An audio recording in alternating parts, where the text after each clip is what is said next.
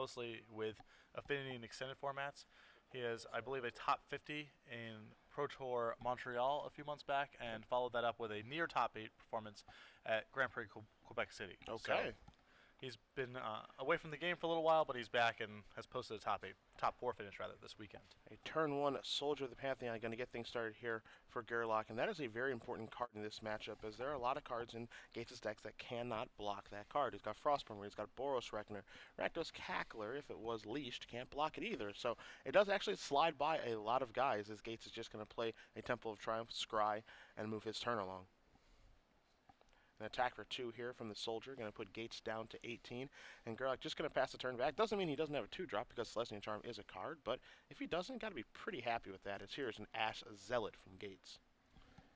And I think, James will be really happy to take kind of a defensive positioning in the matchup. Again, what he's trying to do is just get to Nykthos with a good board presence to Storm Breath Dragon, Overload Mizium Mortars, or some other explosive sequence. So we associate red decks and cards like Ash Zealot with being the beatdown, but James is going to want to try to hold down the fort as much as he can to build up a board and set up a large Nykthos. Yeah, I think Gates is definitely the defensive deck in this matchup. I don't think that he is a... I don't think he's going to do a lot of attacking. Spider's certainly going to make things difficult, too, to be able to push through. But he wants to just, I think, play some defense, build up a big board. Reckoner does a whole lot of work on boards like this of making so the opponent can't attack. And just play defense, and then unload a Storm Breath Dragon, maybe fly through the air, and Monstrosity it for the damage, kill, and again, set up those large Mizium Mortars to be able to take the game over.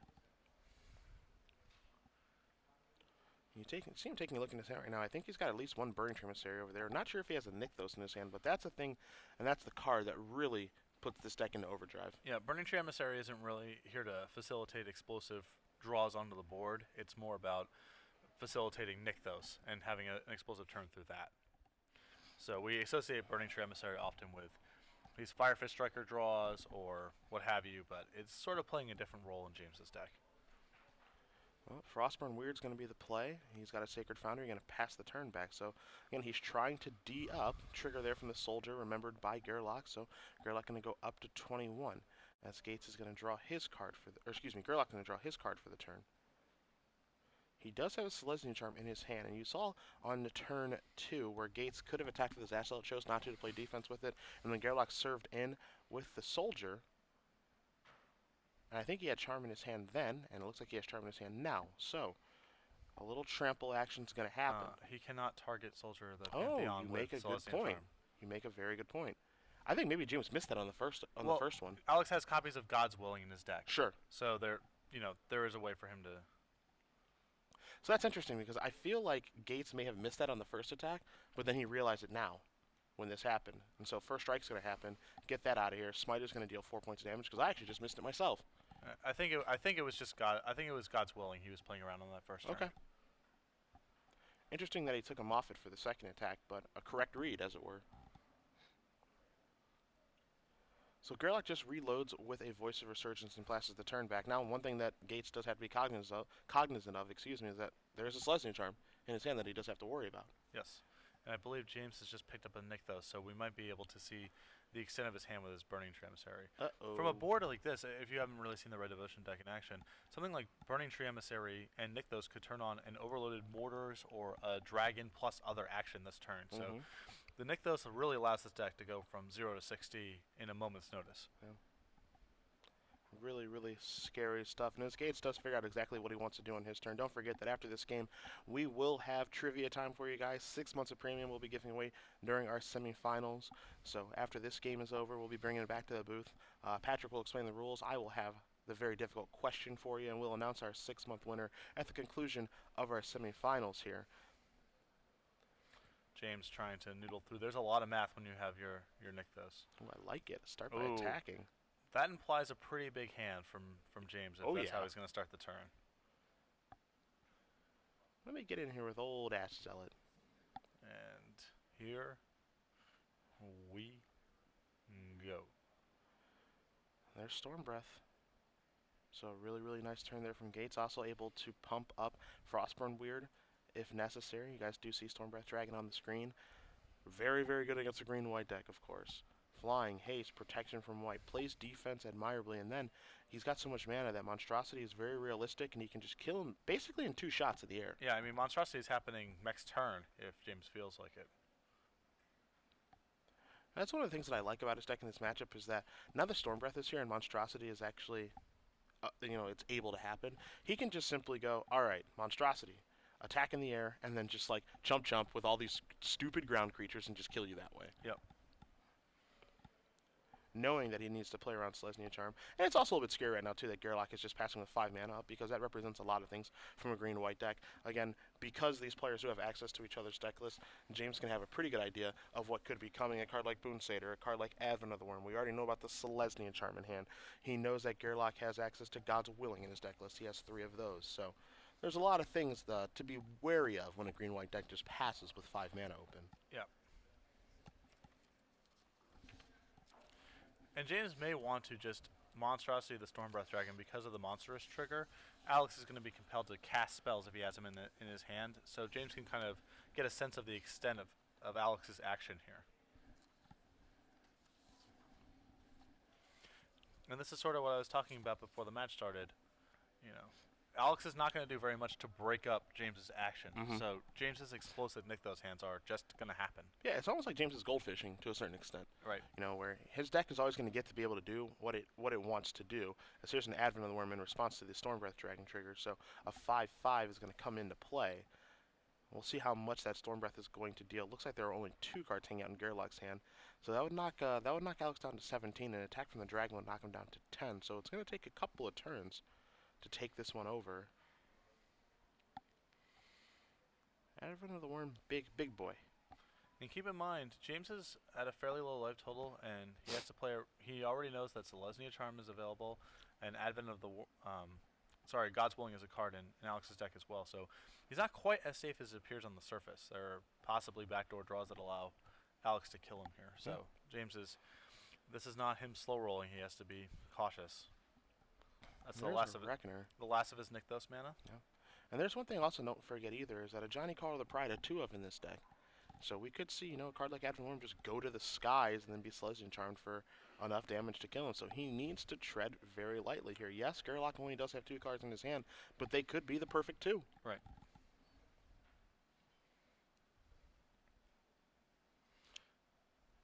And Gates is going to get in with the dragon, so he's basically saying you have to have the perfect 2 of a Johnny plus Selesnya Charm to kill me this turn. So Gerlock is going to untap. He's going to take a draw step, and again, we do know that he has Selesnya Charm in his hand right now. Gates knows that information as well, so Gates knows that he needs to play around at least one of those, potentially more. Yep. Pretty harrowing turn for James here, just sweating it out. Yeah, it's not the best feeling in the world. If James gets on tap, he's a huge favorite here, but yeah, I agree with that. He might not get that chance. Really a huge reason why I just really do like a Johnny in this deck too, is that it just gets the opportunity just to kill opponent out of nowhere. A Johnny happens to get better the bigger your creatures are in Yeah. some respects. The minus is the plus power is better the smaller they are, and a Johnny the minus power is better the bigger they are. Yeah. Ben Lundquist's deck on the other side of the bracket, a good example of the small version. Yes, absolutely. But we've seen its minus ability even in Lundquist's deck finish off an opponent. Getting in the air, a big deal. A flying double striking Azorius Arrestor, in fact, sent him into his top 4. Well, whatever it takes. That is whatever. Yeah. As Gerlock just has to play land and pass the turn back here. And it looks like Gates may have rolled off a Fanatic for a whole bunch of damage there. So James Gates is going to win game number 1 here against Alex Gerlock. Mono Red Devotion with just that little touch of white. Up a game over Green White Aggros. We're going to bring it back to the booth here for you guys because, as I did mention, it is time for that trivia question. Patrick's going to explain the rules, and I'm going to ask a real toughie. So Cedric is going to ask you a question about one of the decks that we have in the elimination rounds right now. You are going to tweet that answer at SCG Live and hashtag SCG Premium. The winner, drawn at random, will win 6 free months of Star City Games Premium.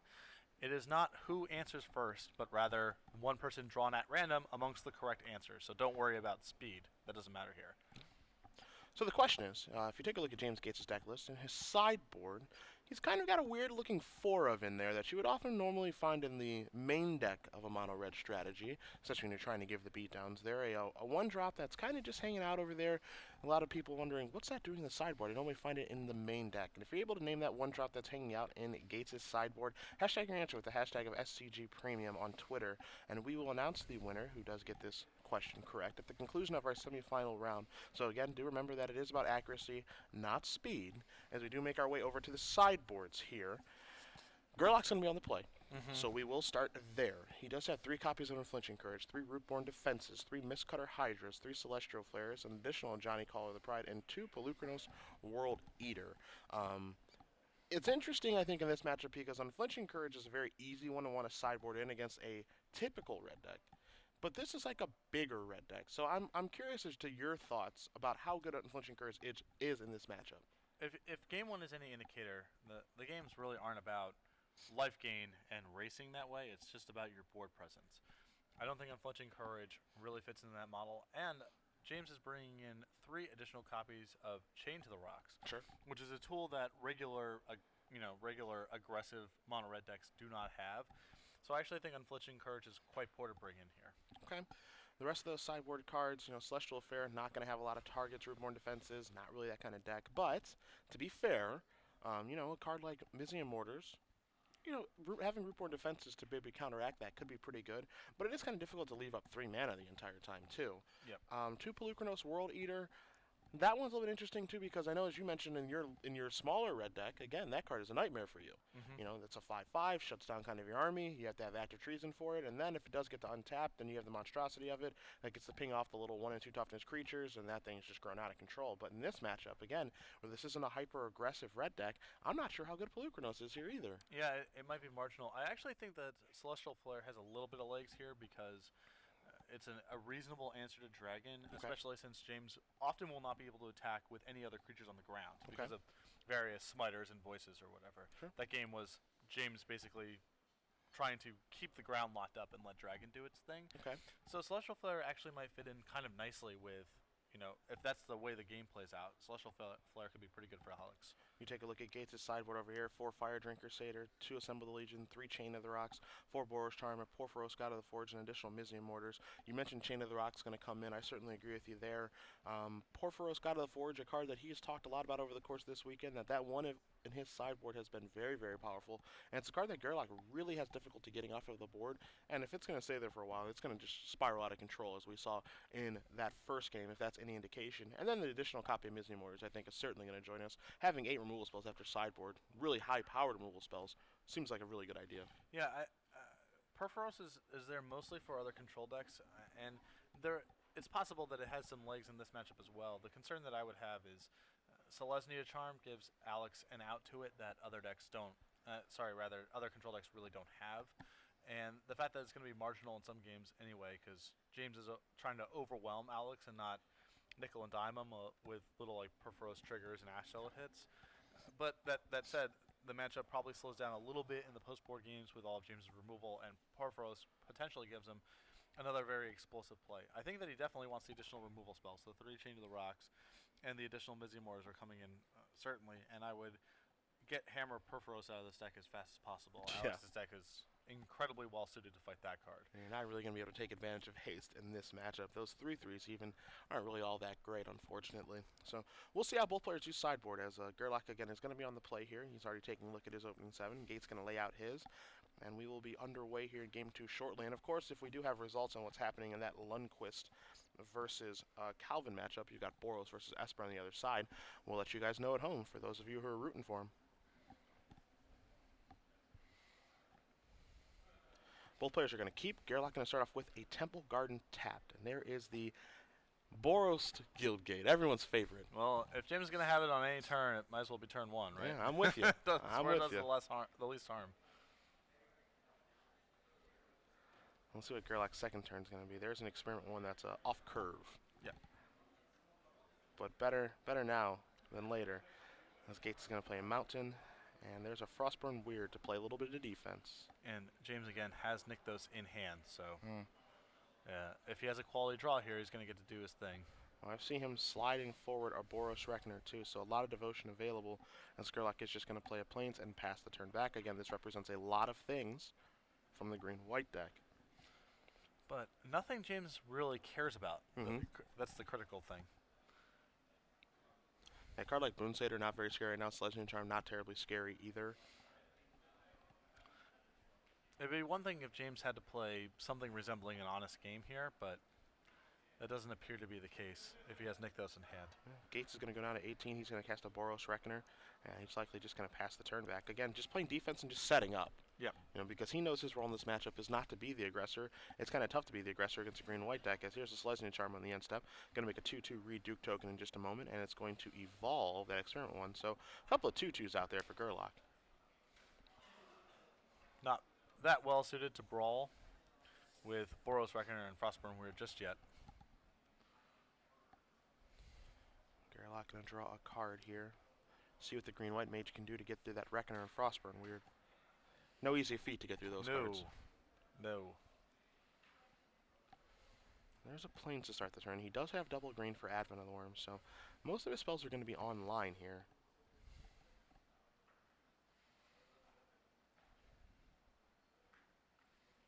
You see he's got a couple of cards in his hand. Looks like he's got 3 or 4. He's going to attack here with Reduke. So this potentially represents, I suppose it could represent Celestia Charm, it could represent Celestial Flare. James wants no part of combat just yet. I think more than happy to take 2 points of damage, keep his devotion count high, as Gerlock is going to pass the turn back and represent a couple things with that untapped mana. Gate's going to draw his card, looks to be a mountain for the turn, and as you mentioned, he does have Nykthos, so access to looks like 6 mana? Yep. There's Nykthos, there's a Stormbreath Dragon.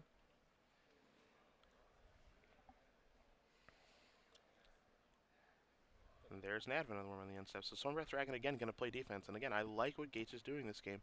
Just playing defense, not in much of a rush. He does have to worry about a Worm token now, but Boros Reckoner can likely trade with that Worm token. Yep. So Gerlock going to untap and draw his card. Of course, Experiment 1 did evolve into a 3-3. Here's some mana. This might be an Unflinching Courage here. Perhaps a Johnny. Ooh, okay. Johnny, a pretty big game, going to pump up on the Worm, going to make it a 10. Basically attacking for 10. You see Gates is going to check that, and it is going to become a double strike flyer. So basically a 10 power attacker right now. And one that Stormbreath Dragon can't tussle with. And with attack for 10 plus a Sledging Charm. Sledging Charm will represent 4 points of damage, so this could be an attack for 14 here. Pretty harrowing for James here. Yeah. It's a bit scary to take a blow like that. I feel like if you're in James's spot, you almost certainly can't block, because all you're doing is chumping 4 damage with your dragon. Yeah. It's interesting, though, because you don't really want to block because it feels like you're throwing away your dragon, but maybe saving all that life might be worth it. Not entirely sure. Because one thing that he could die to on the next turn is very simply is Alex saying, all right, a Johnny, give my Worm +1/+1, God's willing, give it pro red, kill you. Because he's going to end up taking 10 from the stack, going down to 6, which is a very convenient number for how that play lines up.